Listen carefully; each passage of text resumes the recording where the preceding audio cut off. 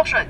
Ошон үчүн мындан аркы биздин үмүтүбүз, тилегибиз жалгыз Садыр өзүмдү айланайын. Биздин талап Садыр Жапаровго жолугуу.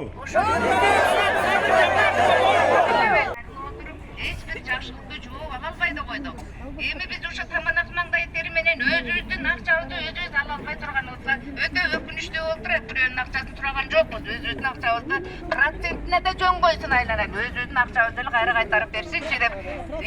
Элим өтө ушул болот. Эл сөзү ушул болуп турат. Анын ичинде менин сөзүм да ушул болуп атат.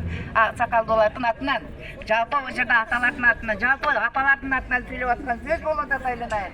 Ошон үчүн бир колундан келген өзүмдүн мүмкүнчүлүгүмө карап ушул өзгө бир жакшыраак жооп берет деген үмүттө туруп атам айланайын. El sızda büttü. Aferistlerge aldanbayız. Bizdin Japadan жалгыз үмүтүбүз Президент Садыр Жапаровдун. Биз мыйзамдуу өлкөдө жашайбыз. Биз мыйзамдуулуктугуна талап кылабыз. Урматтуу Садыр Жапаров, İhsan Kooperatивин өзүнүн көзөмөлгө алыңыз.